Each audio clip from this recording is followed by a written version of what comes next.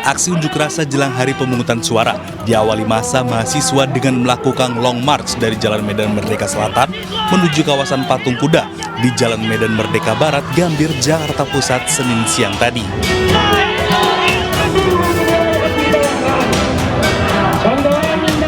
Sembari berorasi dan membentangkan atribut aksi, ratusan mahasiswa dari sejumlah kampus di Jakarta yang tergabung dalam Aliansi Mahasiswa Seluruh Indonesia mengajak seluruh pihak untuk menjaga kedamaian selama pelaksanaan pemilu 2024.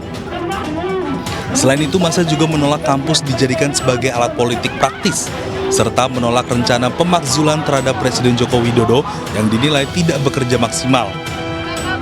Untuk pengawal pemilu biar damai, pertama kita menginginkan para oknum-oknum yang tidak bertanggung jawab untuk tidak memperkeruh suasana pada pemilu 2024 kali ini.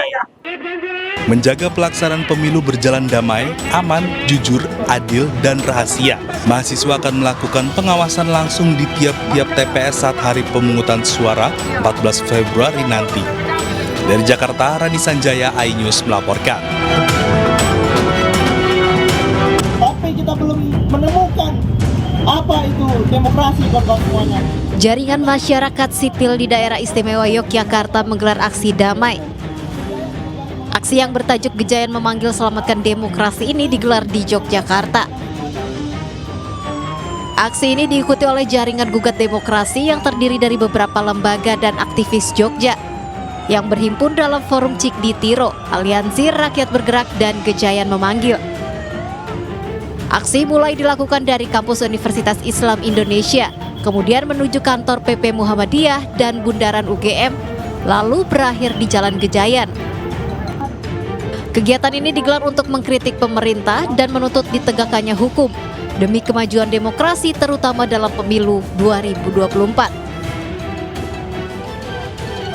Massa melayangkan 11 tuntutan untuk pemerintah di musim pemilu 2024 ini. Dan ini pemirsa, ada juga informasi terkait jelang pencoblosan pemilu Pilpres 2024, puluhan titik tempat pemungutan suara di Kabupaten Tulang Bawang, Lampung terendam banjir. Sementara itu di Demak, Jawa Tengah, kawasan pemukiman dan tempat pemungutan suara ini juga terendam banjir.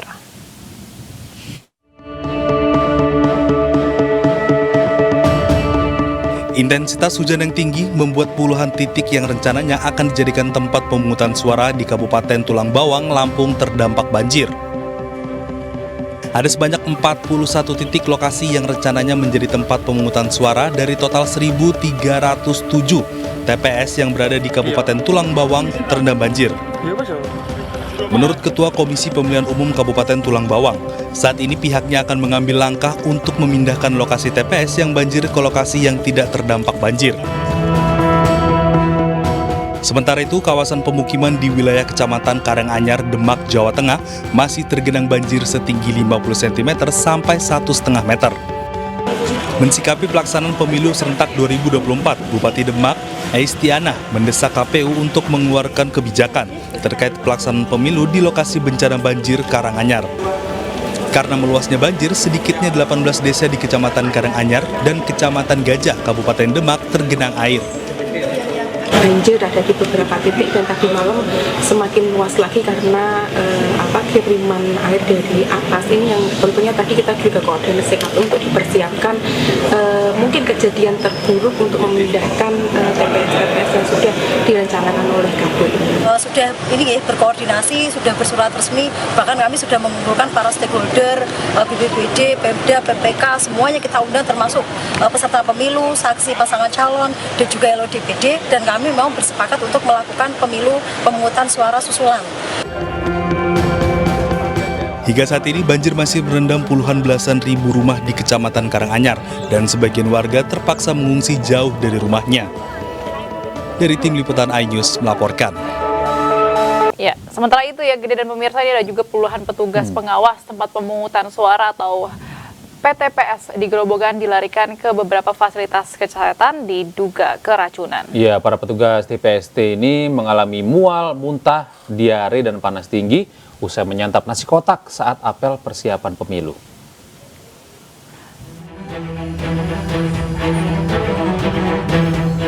Puluhan petugas pengawas tempat pemungutan suara atau PTPS se-Kecamatan Toroh, Grobogan, Jawa Tengah dan beberapa keluarga diantaranya adalah anak-anak Minggu malam dilarikan ke beberapa klinik kesehatan dan puskesmas karena mengalami gejala mual, muntah, dan demam tinggi. Diduga mereka mengalami keracunan setelah menyantap nasi kotak yang dibagikan oleh pengawas pada kegiatan apel kedua siaga pemilu.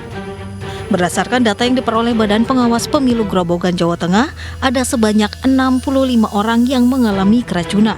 Di antaranya adalah 59 anggota pengawas TPS, 6 orang keluarga, dan 4 diantaranya adalah anak-anak.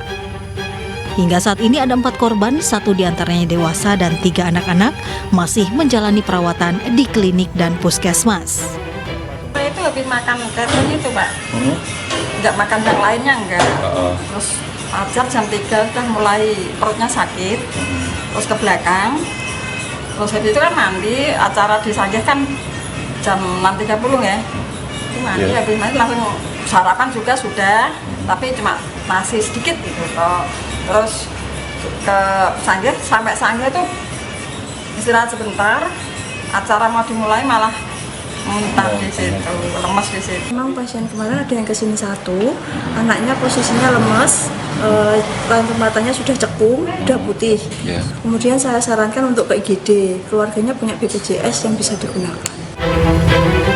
Menurut polisi, penyebab petugas PTPS dan keluarga mengalami mual, muntah, diare, dan demam bukan disebabkan keracunan makanan nasi kotak, namun faktor lain yang masih diperiksa. Sementara Badan Pengawas Pemilu Grobogan berjanji akan bertanggung jawab atas musibah ini dan kini masih menunggu hasil lab dari tim medis. Dari Grobogan, Jawa Tengah, Rustaman Nusantara, iNews melaporkan. Di tengah hujan lebat, petugas distribusikan surat suara ke wilayah Pulau Hanaut di Kota Waringin Timur, Kalimantan Tengah. Sementara itu karena akses jalan yang terjal, petugas harus berjalan kaki mendistribusikan surat suara ke desa terpencil di Kabupaten Sika, Nusa Tenggara Timur.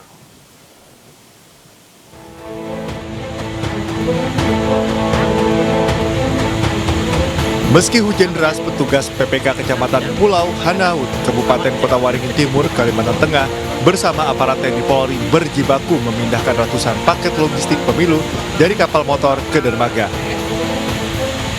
Kecamatan Pulau Hanaut merupakan salah satu wilayah pesisir yang pendistribusiannya harus melalui jalur sungai. Meski di tengah guyuran hujan lebat, logistik pemilu tersebut harus segera diturunkan dari atas kapal, mengingat waktu pencoblosan semakin dekat. Logistik pemilu ini juga harus segera disebar ke semua desa untuk diteruskan ke TPS. Terkait dengan pengamanan logistik dengan mempertimbangkan curah hujan yang masih tinggi, kita sudah mempersiapkan segala sesuatunya, baik pengamanan misalnya dalam kotak suara, seluruh logistik itu dibungkus dalam kantong plastik di dalam kotak suara. Kemudian di kotak suara pun di luar kita pasang kantong plastik juga. Jadi ada 2 kali pengamanan di kotak suara, di dalam kotak suara sudah kita plastik, kemudian di luar kotak suara pun kita kasih. Sementara itu dengan berjalan kaki, petugas gabungan harus mendistribusikan logistik kotak suara di Desa Waipar, Kecamatan Talibura, Kabupaten Sika. Mobil pendroppingan logistik kandas. Akses jalan yang rusak dan terjal menyebabkan mobil tidak bisa menanjak. Petugas terpaksa menurunkan kotak suara tersebut dari mobil dan harus memikulnya dengan menggunakan sepeda motor dan berjalan kaki sejauh 8 km menuju TPS yang terletak di Desa Waipar. Dari Sampit, Kabupaten Kota Waringin Timur dan Maumere, Normansyah dan Joni Nura, iNews melaporkan. Nah, ini informasi berikutnya, pemirsa. Jelang pemilihan umum 2024, Komisi Pemilihan Umum dari berbagai daerah mulai mendistribusikan logistik pemilu 2024. Pengiriman dimulai dari daerah yang terjauh atau terpencil.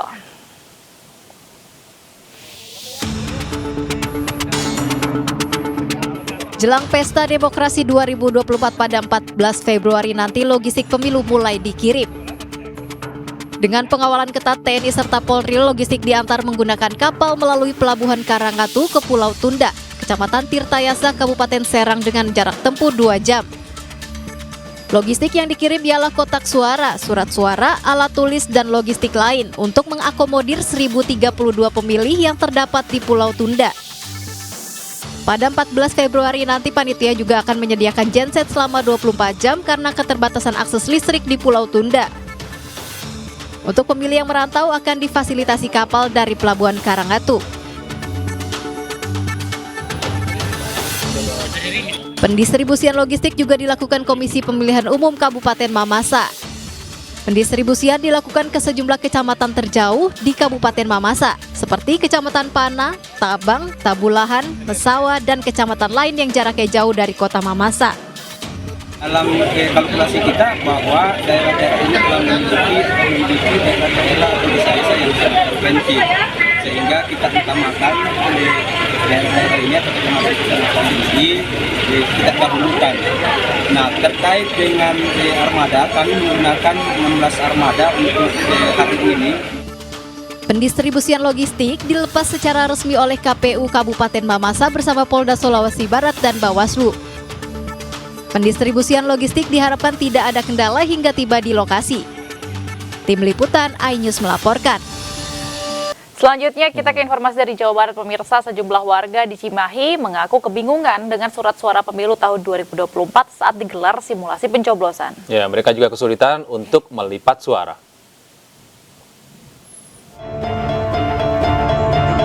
Simulasi pencoblosan pemilu yang digelar di Gor Padasuka, Kota Cimahi, Jawa Barat diikuti ratusan warga Kelurahan Padasuka. Sejumlah tahapan pencoblosan dalam simulasi pemilu diikuti oleh warga bersama petugas KPPS dan pejabat wali kota. Jumlah TPS di Kota Cimahi mencapai 1.560 TPS yang tersebar di 3 kecamatan dan 15 kelurahan dengan jumlah DPT sekitar 417.000. Sejumlah warga yang ikut simulasi pencoblosan mengaku kebingungan dengan banyaknya nama calon legislatif serta tata cara pelipatan surat suara yang dianggap rumit. Ini pilihannya jadi pusing. Oh, nama-nama yang nama-namanya terlalu banyak, sama kertasnya terlalu besar. Oh, kertasnya. Ya.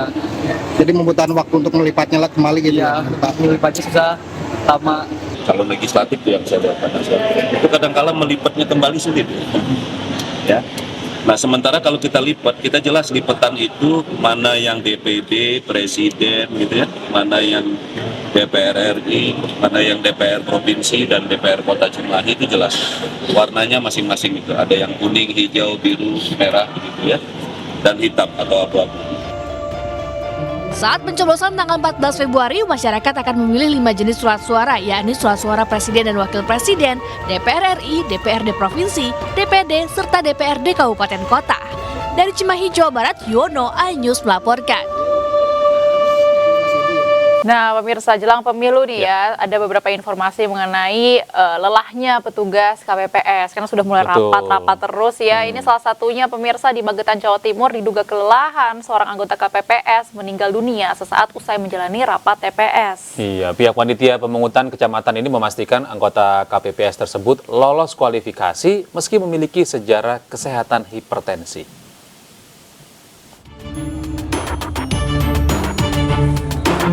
Anggota KPPS Rita Setianingsih, warga Kecamatan Mauspati, Kabupaten Magetan, Jawa Timur, meninggal dunia beberapa jam setelah dirawat di rumah sakit. Rita dilarikan ke rumah sakit karena tiba-tiba pingsan saat rapat TPS. Diduga saat itu sakit hipertensinya mendadak kambuh. Almarhum mengikuti rapat PPS di kelurahan sepulang dari kerja sebagai ASN di Sekretariatan Kabupaten Magetan. Pulang kerja itu langsung rapat intern TPS, dan kebetulan beliau itu punya riwayat hiper. Mungkin waktu itu memang kelelahan. Informasi juga dari BPS-nya mempunyai riwayat tensi tinggi kan itu. Sebelumnya ini apakah ada kegiatan terkait dengan pemilu atau gimana, Pak?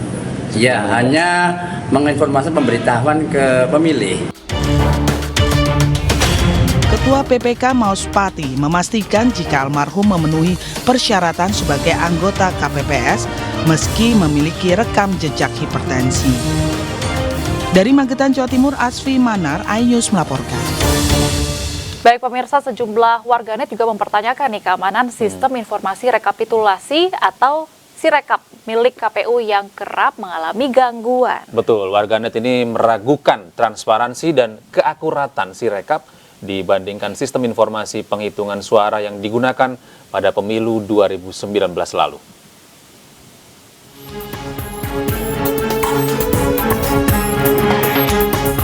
Aplikasi Sistem Informasi Rekapitulasi atau Sirekap milik Komisi Pemilihan Umum menjadi perbincangan di media sosial platform X pada akhir pekan lalu. Beberapa warganet mengaku belum bisa mengakses Sirekap karena tidak bisa masuk. Warganet menduga aplikasi Sirekap rawan terjadi kecurangan. Selain itu, aplikasi Sirekap juga memiliki bug atau istilah untuk menggambarkan kecacatan di program komputer. Keandalan dan keamanan sistem KPU pun dipertanyakan. Warganet memberikan 78% respon negatif dan 22% sentimen positif terhadap sistem rekapitulasi milik KPU ini. Hal itu diungkap analis media sosial Don Emprit dari 3.105 percakapan publik di media sosial X pada 9 Februari 2024. Sejumlah cuitan menunjukkan kekhawatiran terkait transparansi dan keakuratan Sirekap dibanding Situng. Diketahui, Sirekap merupakan sistem perhitungan baru yang digunakan KPU. Sistem ini menggantikan sistem informasi penghitungan suara atau Situng yang digunakan pada 2019 lalu. Selanjutnya pemirsa, LSM bidang hak asasi manusia imparsial membeberkan ratusan kasus dugaan kecurangan pemilu dengan mengerahkan aparatur negara di berbagai level. Sementara itu, Sekjen PDIP Hasto Kristianto mencium rencana operasi kecurangan bermodus pemindahan suara untuk partai politik tertentu agar lolos ke parlemen.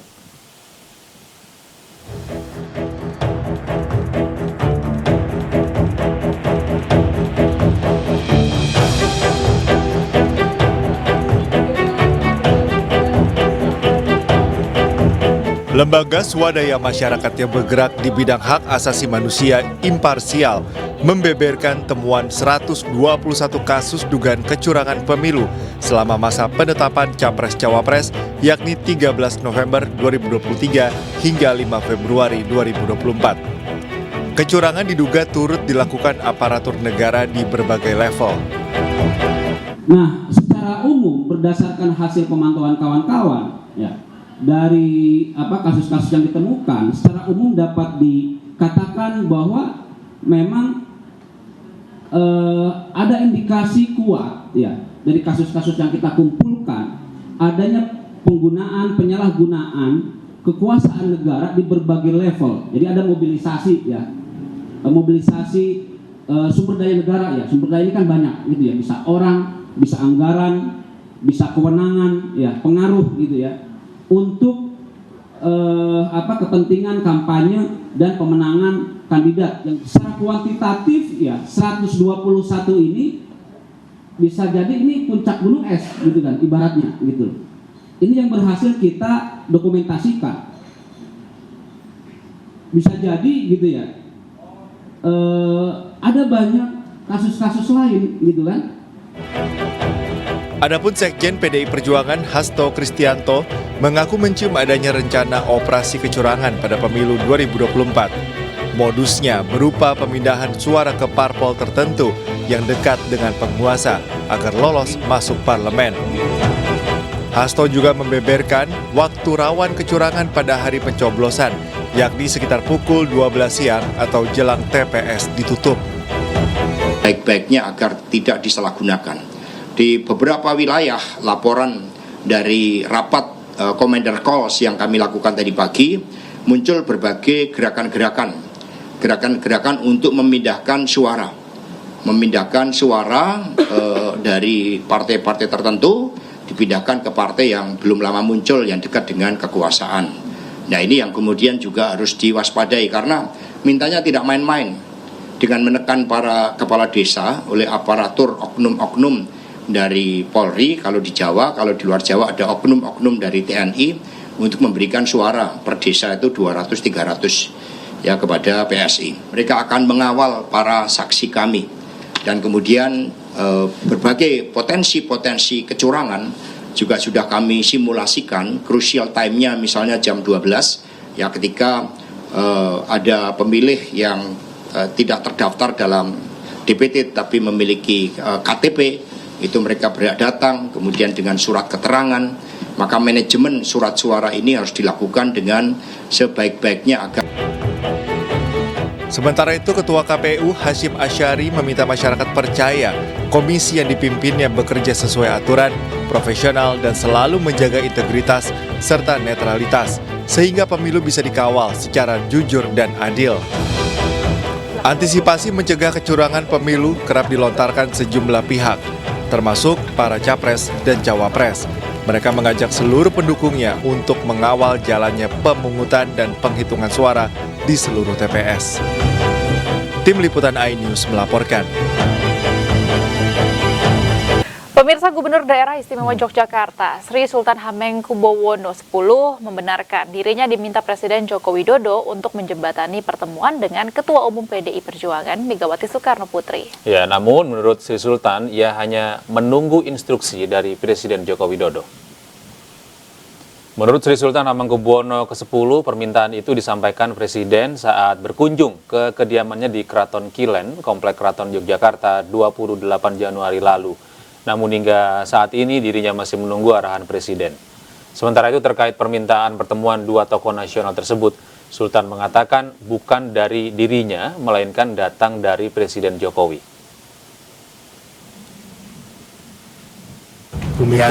Ya berarti kan bukan saya yang ambil inisiatif toh, yang ambil inisiatif kan Bapak Presiden sendiri.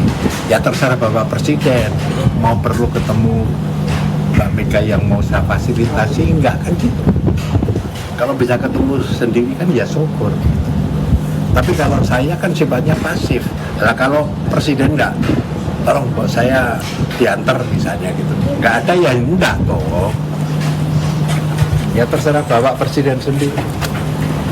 Saya kan pasif, bukan oya-oya. Gitu loh. Ya pemirsa, kita beralih ke informasi berikutnya. Tempat pemungutan suara atau TPS 10 yang rencananya akan digunakan oleh Presiden Joko Widodo beserta Ibu Iriana dalam menyalurkan hak pilihnya telah selesai dibangun. Sementara itu, sehari jelang pemilu, Lapas Kelas 1 Cipinang terus melakukan persiapan untuk pencoblosan.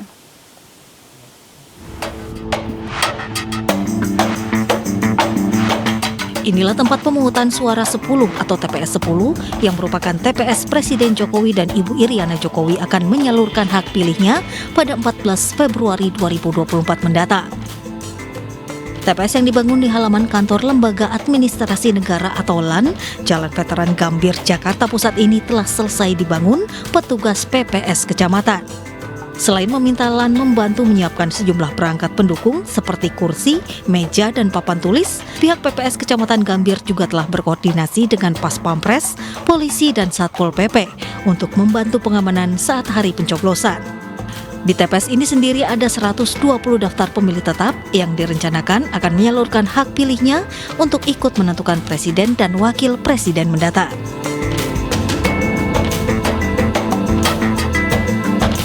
Sementara itu, Lapas Kelas 1 Cipinang, Jatinegara, Jakarta Timur terus melakukan persiapan untuk hari pencoblosan. Persiapan yang dilakukan mulai dari tenda, meja, serta bilik suara telah disiapkan di lapangan terbuka. Pelaksanaan pencoblosan yang diperuntukkan untuk narapidana ini terdiri dari 12 TPS sesuai dengan rapat pleno KPU. Dan di Lapas Kelas 1 Cipinang terdiri dari 2.523 daftar pemilih tetap. Lapas Kelas 1 Cipinang sendiri telah siap melakukan pencoblosan bagi para narapidana. Tinggal menunggu peralatan dan pendistribusian dari KPU. Dari Jakarta, Tim Liputan iNews melaporkan. Sementara itu pemirsa, warga binaan Lapas Kelas 3 Rangkas Bitung, Lebak, Banten mengikuti simulasi pencoblosan pemilu.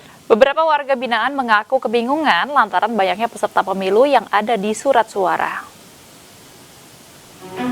Komisi Pemilihan Umum Kabupaten Lebak menggelar simulasi pemungutan dan penghitungan suara pemilu 2024. Simulasi ini dilaksanakan di Lembaga Pemasyarakatan Kelas 3 Rangkas Bitung, Lebak, Banten dan diikuti oleh seluruh warga binaan lapas.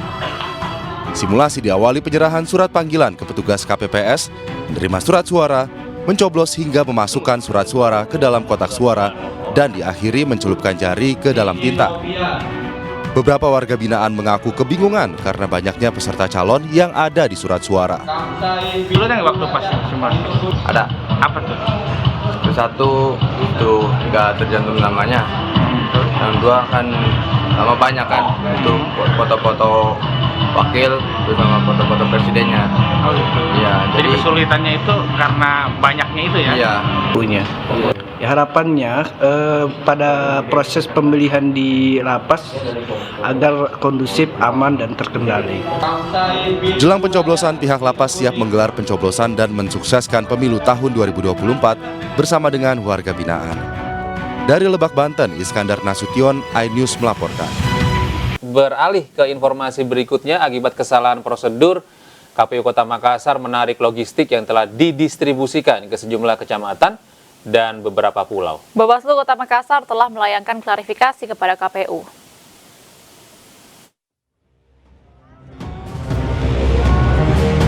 Sejumlah logistik pemilu yang telah dikirim Komisi Pemilihan Umum Kota Makassar ditarik kembali setelah didistribusikan ke beberapa pulau di Kecamatan Kepulauan Sangkaran, Kota Makassar, Sulawesi Selatan. Penarikan dilakukan dari 41 TPS di beberapa pulau, yakni Pulau Kodingareng, Pulau Barang Lompo, Pulau Barang Cakdi, dan Pulau Langkai. Penarikan ini terjadi menyusul adanya kesalahan prosedur. Bawaslu Kota Makassar hingga kini masih mempertanyakan penarikan logistik oleh pemilu. Informasi terkait dengan dikembalikannya logistik tersebut kembali ke gudang. Nah, kami dari Bawaslu setelah mendengar kabar itu, kemudian kami menyampaikan ke teman-teman KPU untuk kita meminta penjelasan teman-teman KPU apa yang kemudian mendasari teman-teman KPU mengembalikan logistik tersebut dari Sangkaran. Ternyata ada miskomunikasi di situ sehingga kami harus menarik itu kembali. Meski pendistribusian ulang logistik ke Pulau Sangkaran Kota Makassar telah dilakukan kembali, namun diduga telah terjadi pelanggaran oleh KPU Kota Makassar yang sempat melakukan penarikan logistik. Menurut informasi terjadi kekeliruan pendistribusian 10.000 lebih DPT hingga terjadi penarikan. Pendistribusian ulang logistik terdiri dari surat suara pemilihan presiden dan legislatif. Dari Makassar, Sulawesi Selatan, Yulius Pin dan Leo Muhammad Nur, iNews melaporkan. Pemirsa, puluhan warga dan aktivis lingkungan di Kabupaten Cilacap, Jawa Tengah melakukan pembersihan paku di pepohonan bekas baliho atau alat peraga kampanye. Aksi cabut paku ini sebagai bentuk pengingat kepada pejabat pemerintahan agar lebih peduli kepada lingkungan. Gerakan pembersihan paku di pepohonan digelar oleh para aktivis lingkungan dan warga di Kabupaten Cilacap, Jawa Tengah. Paku yang masih menancap di pohon merupakan bekas pemasangan alat peraga kampanye. Pencabutan paku bertujuan supaya pohon tidak rusak dan dapat tumbuh sehat. Gerakan ini juga sebagai pengingat kepada pejabat pemerintah agar lebih peduli terhadap lingkungan. Di samping menghasilkan kepemimpinan yang kita rindukan itu untuk membangun bangsa dan negara, kemudian ada yang abai, ada yang lalai terhadap apa yang sudah mereka lakukan terhadap bumi kita, terutamanya adalah pohon. Mereka selama berkampanye itu telah memaku pohon-pohon yang ada di sekitar kita ini. Tak hanya orang dewasa, gerakan pembersihan paku dari pepohonan ini juga diikuti oleh siswa sekolah dasar sebagai edukasi peduli lingkungan. Dari Cilacap, Jawa Tengah, Heri Susanto, iNews melaporkan.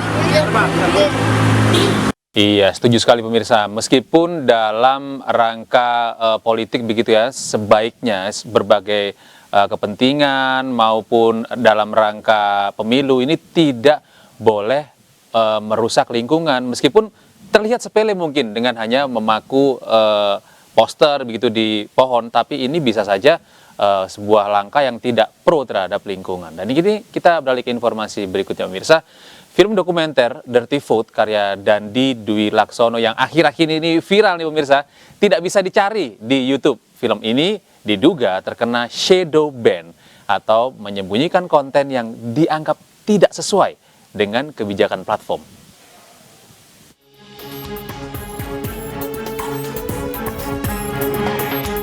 Film Dirty Food ramai jadi perbincangan hangat netizen di media sosial. Film dokumenter yang menyoroti pemilu 2024 ini tayang pada hari Minggu kemarin dan merajai jajaran trending topik di media sosial hari Senin. Namun banyak netizen yang melaporkan video ini hilang dari pencarian laman utama YouTube. Ketika memasukkan kata Dirty Food, hasil pencarian menunjukkan video-video lain terkait film ini. Padahal akun YouTube Dirty Food masuk dalam kategori trending content. Hilangnya Dirty Food dari pencarian diduga karena terkena shadow ban untuk menyembunyikan konten yang dianggap tidak sesuai dengan kebijakan platform. Meski demikian, film dokumenter Dirty Vote tetap bisa diakses melalui tautan yang telah dibagikan, sedangkan akun YouTube Dirty Vote tetap bisa diakses dengan menyetel pencarian pada laman channel. Dan ini tim kampanye nasional Prabowo Gibran ini menyatakan keberatan dan menyebut fitnah kumpulan data dan paparan para pakar dalam film dokumenter explanatory Dirty Vote. Sementara tim pemenangan Anies Muhaimin dan Ganjar Mahfud menilai paparan data dan temuan dalam film Dirty Vote valid dan bisa menjadi pendidikan politik.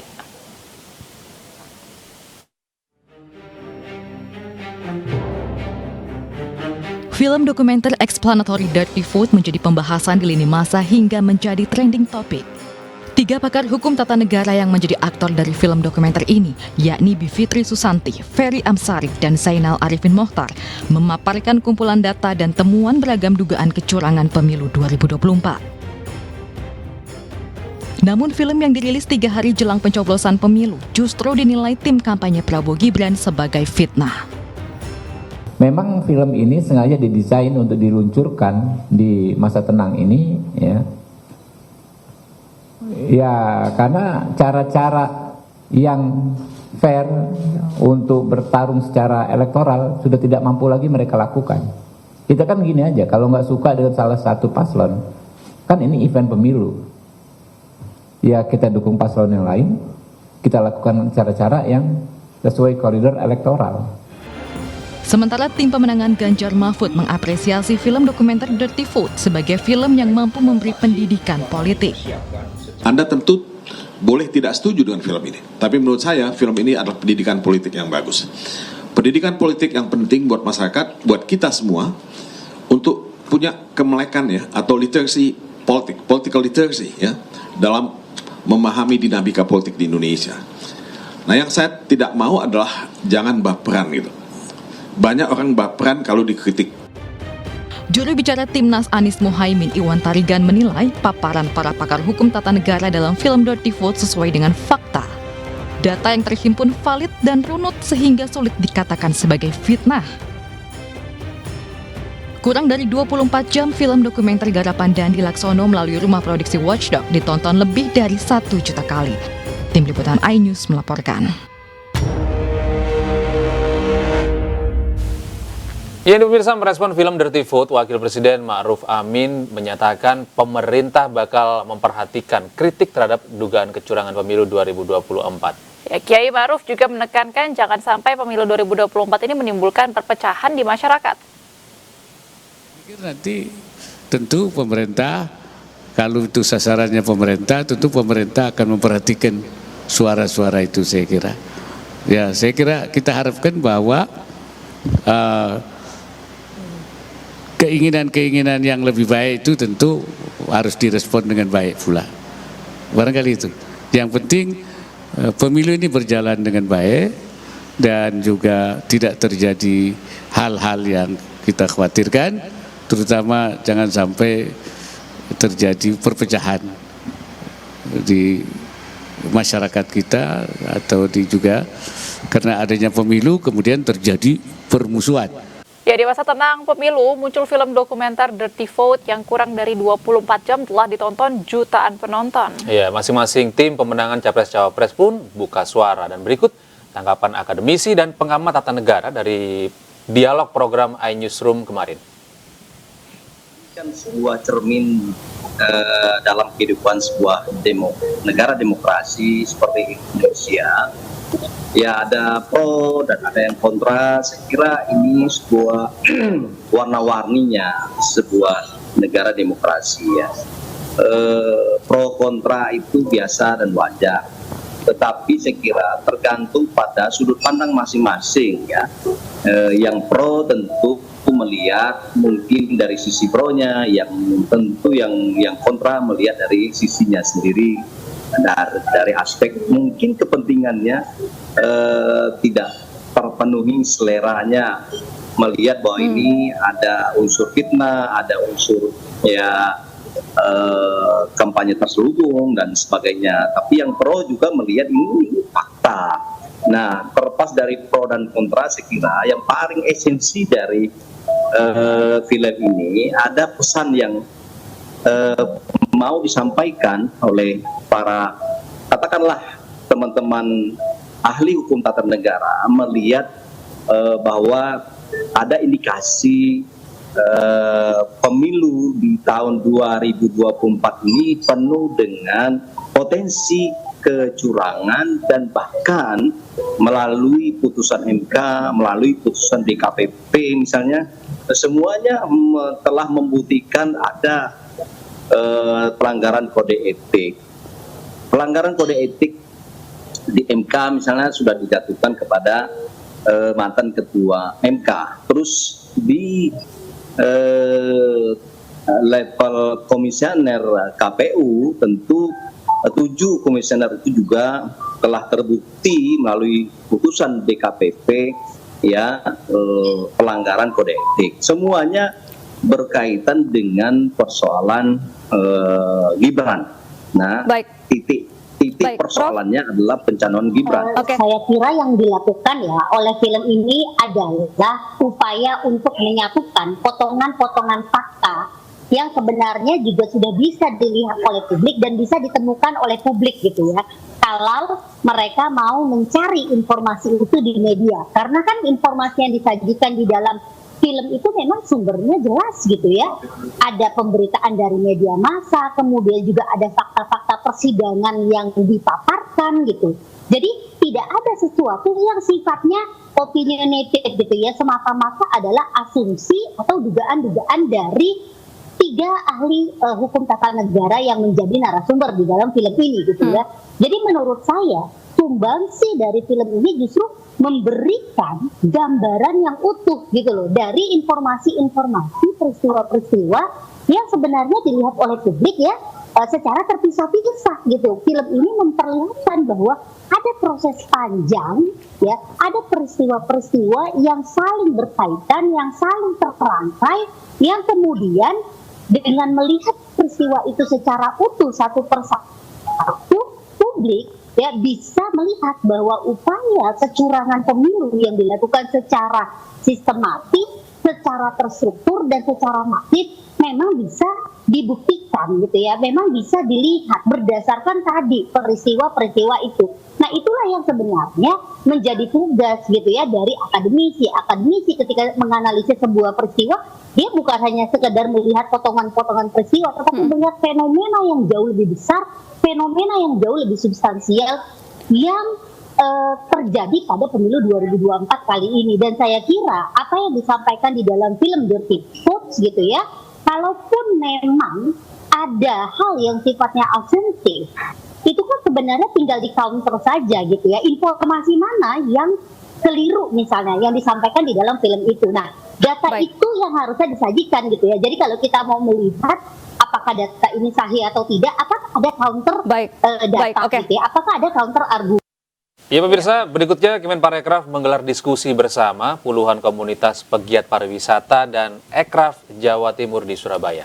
Diskusi Nemuin Komunitas atau NETAS bersama Wamen Parekraf Ejlatano Sudibyo ini untuk bersinergi dan berkolaborasi serta meningkatkan perekonomian.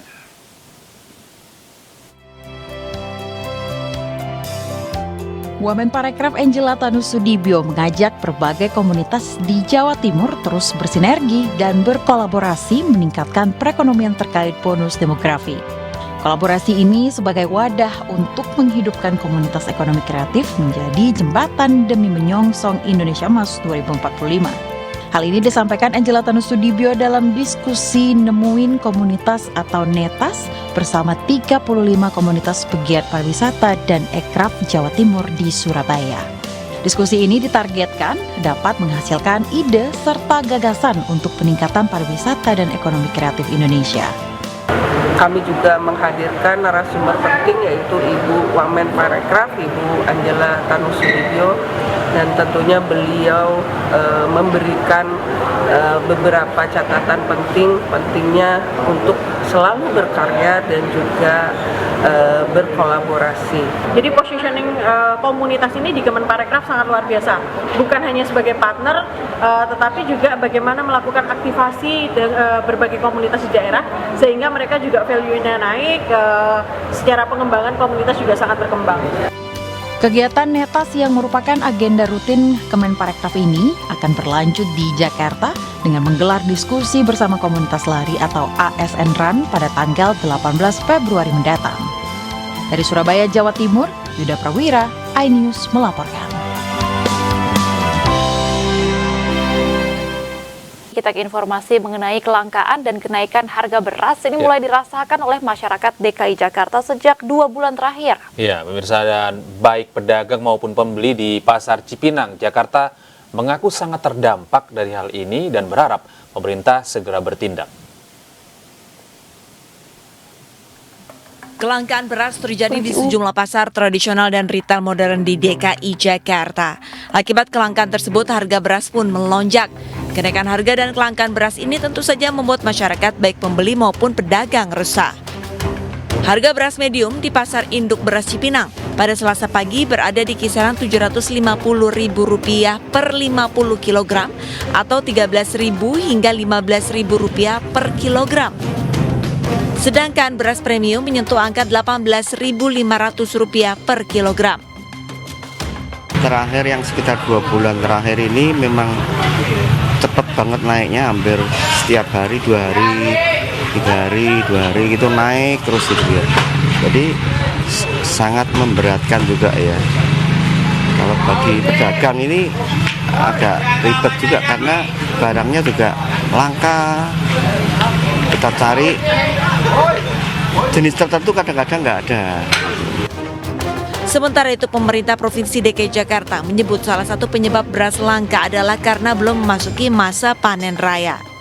Guna mengantisipasi tingginya permintaan beras nasional, pemerintah pusat rencananya akan kembali melakukan impor beras di tahun 2024 sebanyak 3 juta ton. Dan ditargetkan 2 juta ton tiba di periode Januari hingga Maret 2024. Dari Jakarta, Nisa Sahib Sadusanto, iNews melaporkan. Dan pemirsa, untuk mengetahui informasi terkini terkait kelangkaan dan kenaikan harga beras di Jakarta, sudah ada rekan kami Nisa Sahib di Pasar Cipinang, Jakarta. Selamat pagi, Nisa. Ya, Nisa, apa benar saat ini beras masih langka dan bagaimana tanggapan pedagang maupun pembeli di Pasar Cipinang? Baik, Baby Gede dan juga pemirsa, kenaikan harga beras terjadi di sejumlah kota, tak terkecuali di DKI Jakarta. Seperti di tempat saya melaporkan kenaikan dan juga kelangkaan beras di Pasar Induk Beras Cipinang, Jakarta Timur. Saat ini harga beras di Cipinang Rp750.000 per 50 kilogramnya atau sekitar 13 hingga 15.000 jika dijual per liternya. Sedangkan beras premium menyentuh angka 18.500. Sejumlah pedagang mengaku sulit mendapatkan beras tipe medium dengan harga terjangkau yaitu Rp9.000 karena stoknya tidak ada lagi. Dan untuk di Pasar Cipinang sendiri tidak ada pembatasan untuk pembelian beras jenis apapun. Dan dari perbincangan dengan pedagang dan juga pembeli, harga beras mulai naik sejak 2 bulan terakhir yaitu di penghujung tahun 2023 hingga saat ini. Tingginya harga beras didorong dengan tingginya juga peminat beras dan juga masa panen yang akan mundur di bulan Maret hingga Juni 2024. Kepala Badan Pangan Nasional Arief Prasetya Adi menyampaikan bahwa adanya defisit produksi beras pada periode Januari hingga Februari 2024 ini. Artinya Indonesia akan kekurangan beras sekitar 2,8 juta ton pada awal tahun yaitu 2 bulan ini. Dan ini tidak terlepas dari masa El Nino yang sudah kita rasakan pada 2023 lalu yang mengakibatkan sejumlah petani telat masa tanam dan juga telat masa panen. Sekian. Ya, Nisa, terima kasih atas informasi Anda. Selamat bertugas kembali.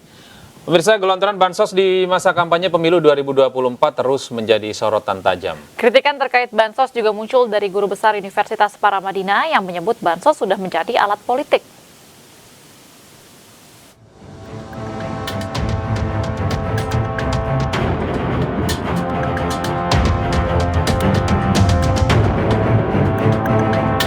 Di masa kampanye pemilu 2024, gelontoran bantuan sosial deras mengalir ke masyarakat baik di ibu kota hingga daerah. Bahkan calon legislatif hingga pejabat tak sungkan mempertontonkan aksi bagi-bagi bansos di masa kampanye dengan menggaungkan nama Presiden Jokowi. Kegelisahan pun muncul, suara lantang menyikapi situasi kebangsaan saat ini, semakin keras dilontarkan oleh berbagai kampus di tanah air. Sivitas Akademika, guru besar, rektor hingga mahasiswa kompak menyoroti situasi pemilu yang terindikasi banyak kejanggalan dan kecurangan. Guru besar Universitas Paramadina, Profesor Didin S. Damhuri, bahkan menyebutkan bansos sudah menjadi alat politik. Penggelontoan besar-besaran bansos sekitar 500 triliun dan tersebar selama reformasi namun tidak didukung oleh data kemiskinan. Kondisi ini memperkuat bahwa terjadi proses politisasi bansos untuk kepentingan Pilpres. Terkait hal tersebut, audit investigasi bansos pun dirasa perlu dilakukan. Komisi Pemberantasan Korupsi bahkan telah membuat komitmen dengan pemerintah untuk mencegah korupsi pada tahapan pemilu 2024. Salah satunya yakni penyaluran bantuan sosial yang disarankan agar tidak ada celah untuk dijadikan sarana politik uang. Sesuai dengan rekomendasi KPK bahwa bansos harus disalurkan berdasarkan data yang valid dan mutakhir. Bansos bukan berupa barang tapi berupa uang tunai yang disalurkan melalui kantor, pos ataupun bank kepada rekening masyarakat yang penerima. Sejatinya anggaran bansos berasal dari APBN yang dipungut dari pajak. Jika ada penyalahgunaan bansos oleh kelompok tertentu guna kepentingan politik, maka tindakan tersebut merupakan korupsi. Tim Liputan iNews melaporkan.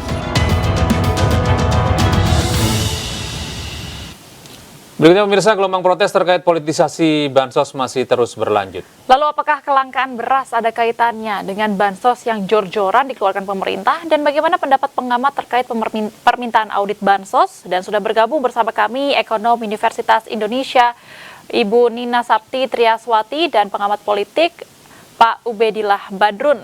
Halo, selamat pagi Bapak Ibu. Assalamualaikum, Bu Nina, Pak Badrun. Selamat pagi, waalaikumsalam. Iya, Pak Badrun, tadi ada rekan kami nih yang sudah melaporkan informasi terkini dari Pasar Cipinang. Di sana beras, terutama beras premium ini langka dan kenaikan cukup signifikan ini. Ini kalau menurut Bu Nina, pertama nih, Bu Nina, apakah ada hubungannya kelangkaan beras, terutama premium, dan kenaikannya yang hingga melambung saat ini tuh dengan bansos yang jor-joran? Ya, karena tentunya akan ada ya, kalau kita perhatikan perkiraan bahwa telatnya panen itu terjadi karena sudah tahun lalu perkiraan El Nino yang berkepanjangan. Jadi dibukanya keran impor itu pun juga tahun lalu itu sudah memperkirakan perlunya tambahan supply gitu ya. Nah, sekarang problemnya distribusi.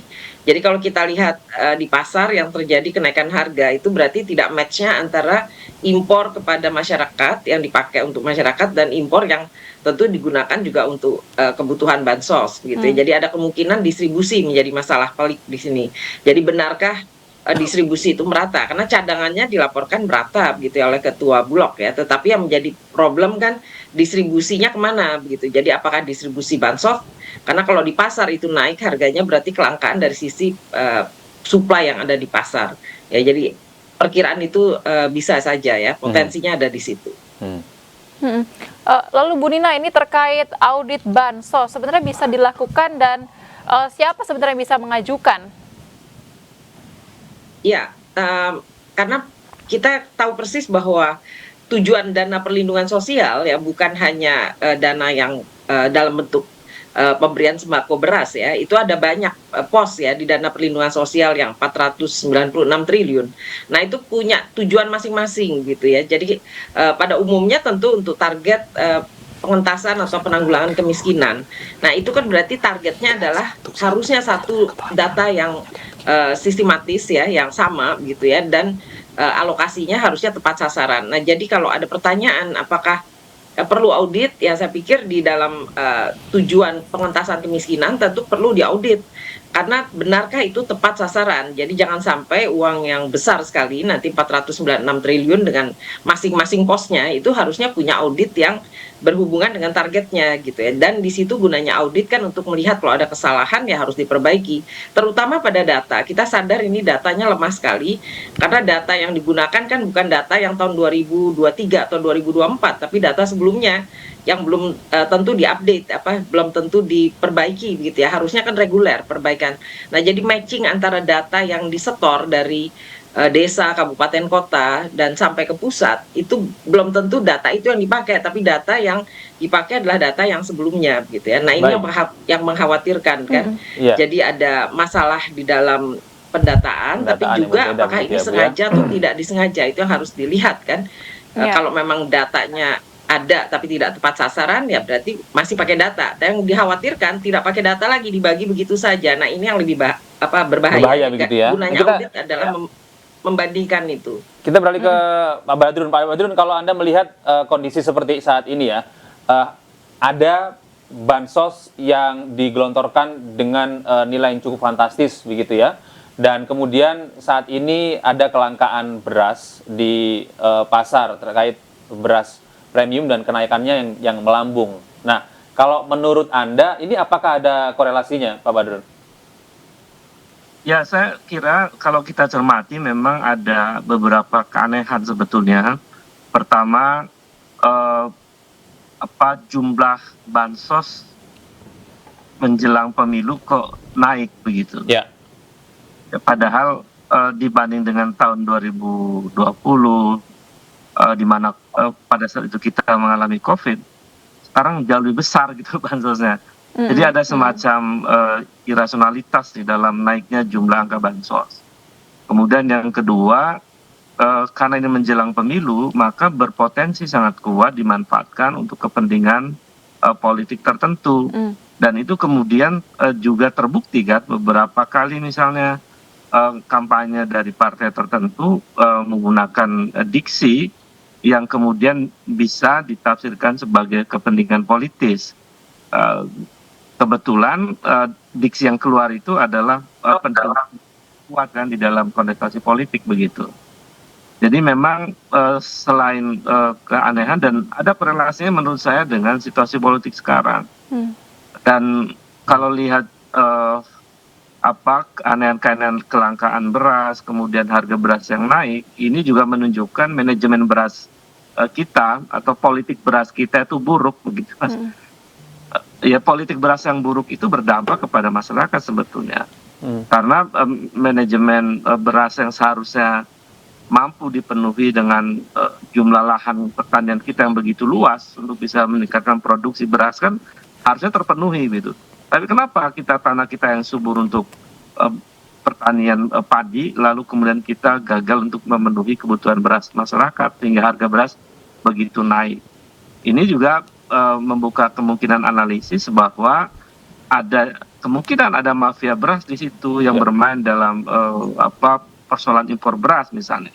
Ini ada kaitannya dengan juga political will dari pemerintah pusat untuk mengendalikan atau memanage persoalan impor beras dan seterusnya. Jadi saya kira ini tanda merah sebetulnya atau warning bahwa kita sedang menuju pada krisis beras.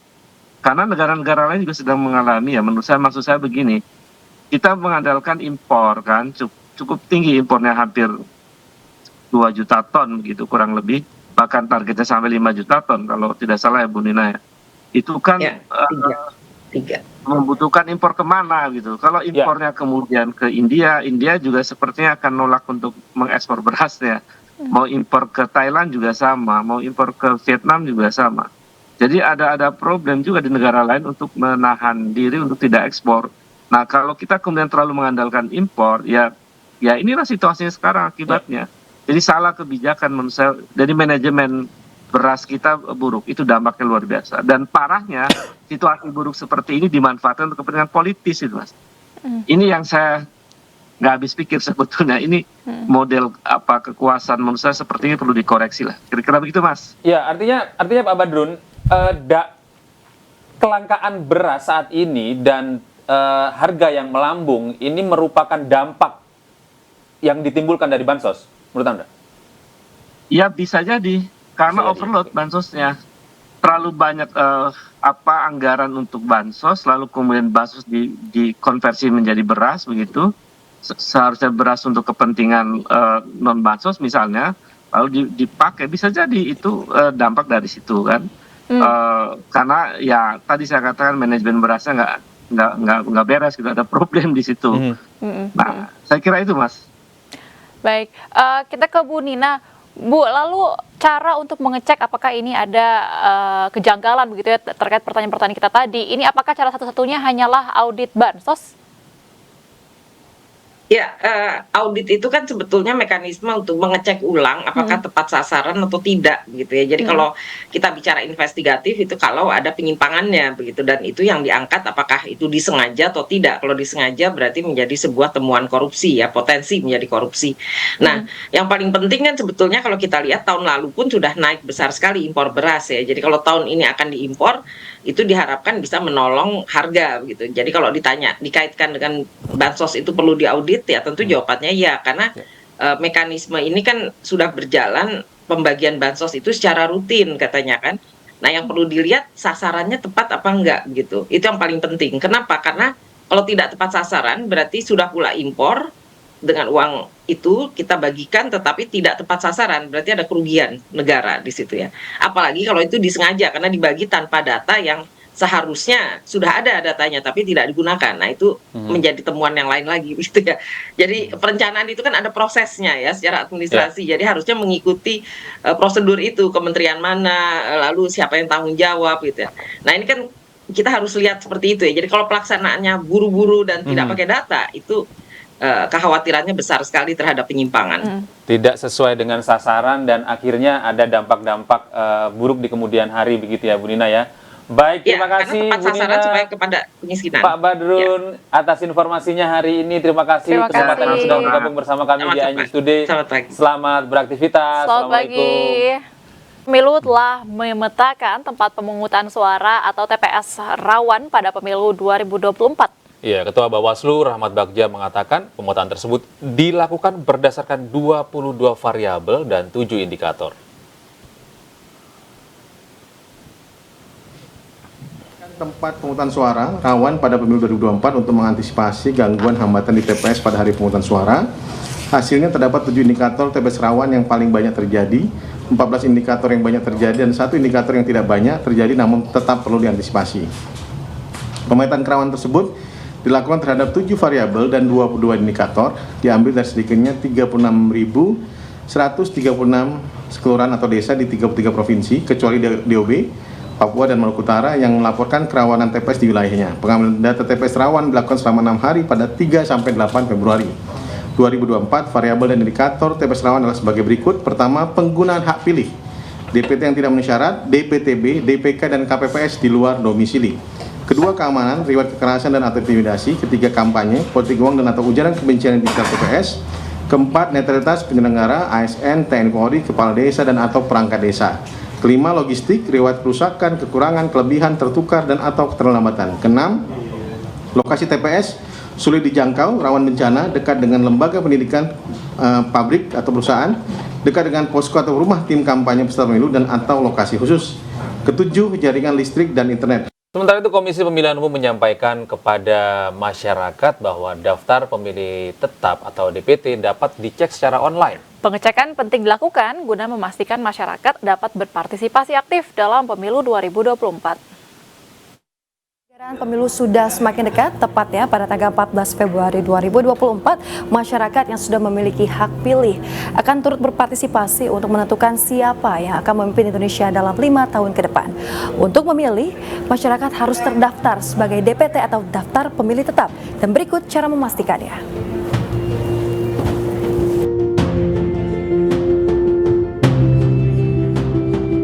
Ya, pertama kunjungi laman resmi KPU, lalu klik tautan info pemilu.kpu.go.id.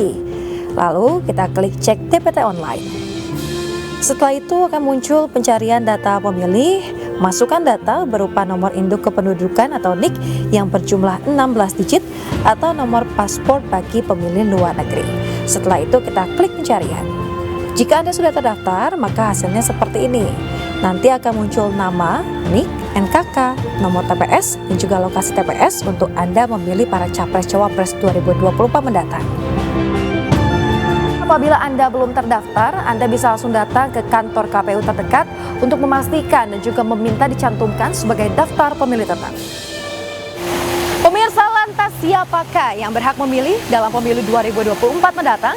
Yang pertama tentunya merupakan warga negara Indonesia, kemudian berusia genap 17 tahun atau lebih pada hari pemungutan suara.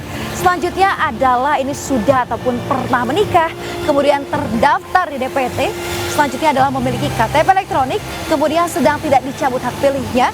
Dan yang terakhir, bukan merupakan anggota TNI maupun polisi aktif. Pemirsa, dengan mengetahui status DPT dalam pemilu 2024 mendatang, masyarakat dapat memastikan hak pilihnya telah terdaftar secara akurat sehingga dapat berpartisipasi aktif dalam gelaran Pesta Demokrasi 2024 mendatang. Dari Jakarta, Yasmin Rania, Yudi Richard, iNews melaporkan. Nah, pemirsa, jika Anda melihat kecurangan pemilu, Anda bisa melaporkannya melalui program Indonesia Memilih iNews. Ya, cukup dengan merekam dan membagikan postingan dugaan kecurangan pemilu di akun medsos Anda dengan menambahkan hashtag Kawal Indonesia Memilih dan tag atau mention akun @official iNews TV. Anda juga bisa menjadi jurnalis warga atau memantau pemilu yang jujur dan adil. Depan mata.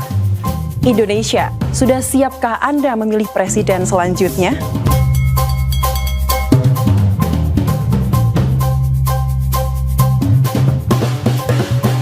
Hajatan besar Indonesia ini akan menentukan masa depan bangsa hingga 5 tahun mendatang.